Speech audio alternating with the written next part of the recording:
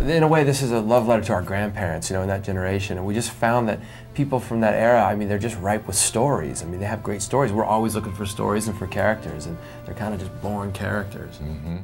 Shoot, get out of here. Go on, beat it. Here, come on, shoot. Kevin, it's okay. Kevin, I don't want you here, and I don't want you here. Which character do you relate to most, Carl or Russell? Well, it depends on which part of the movie, but generally, I guess Carl for me. Yeah, Carl. Yeah. Carl for me at the beginning of the movie when he's real crabby. That's how I feel all That's the Jonas time. at work every day. I'm mad. No, slam. That's what he is. As a producer, Yeah, that's his favorite word. That's my job. No. So, you want to assist an old person? Yep. Then I'll be a senior wilderness explorer. You ever heard of a snipe?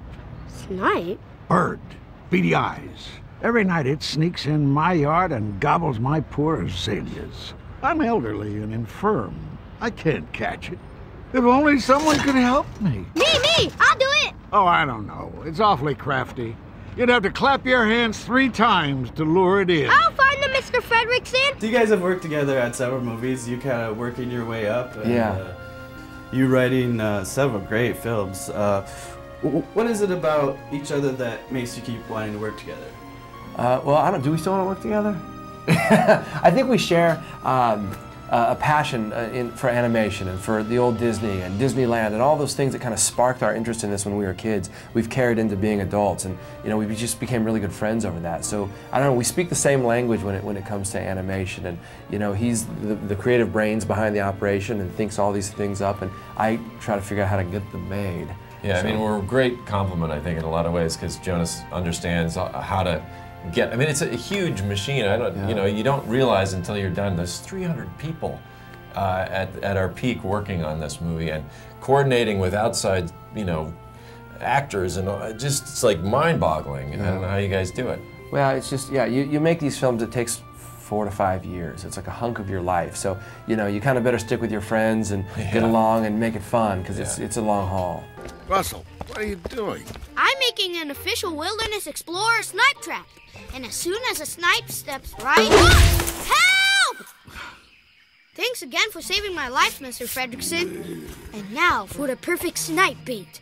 No animal in the entire universe can resist chocolate. Whoa! Help! What do you think contributes to the magic of the Pixar films, such as this one? It's a computer program at one of the guys. 15% more magic. I don't know. Good question. It is. I don't know, I feel like we're a little isolated up at Pixar, we're a little insulated from the rest of the world, and it allows us to, it's a director-driven studio, so it's just all about the content, and we kind of get to just freshly produce the films that we really want to make.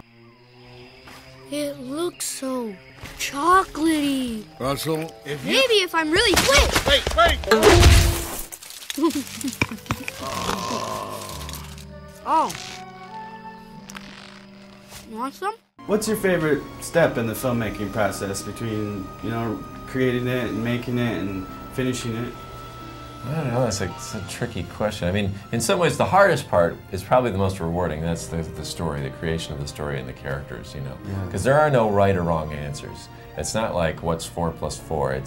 It's a complicated, weird thing that you just have to kind of gut through and intuit, and then you show it to people, and you're either right or wrong, you know, they react or they don't, and then you go back to the drawing board. More often than not, you're wrong, and you have to do it again and again and again, and it's a long, of the 5 years on this show, about 3 was just pretty much exclusively story, trying to get it right.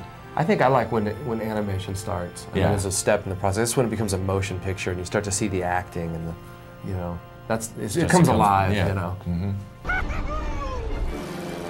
The theme of the movie is something that I learn every day, which is, you know, Carl worries that he failed as a husband to take his wife on this adventure they had promised to go on to the ends of the earth, see fantastic scenic vistas and things no one's ever seen, and yet at the end, he realizes that he had the biggest adventure in life, which was this wonderful relationship that the two of them had. And you know, it's largely what happens in my life. I plan all these big things and events and things I'm going to do, and at the end of the day, it's those small little moments that are unexpected that you weren't even paying attention. that stick with you and that you take home. Yeah.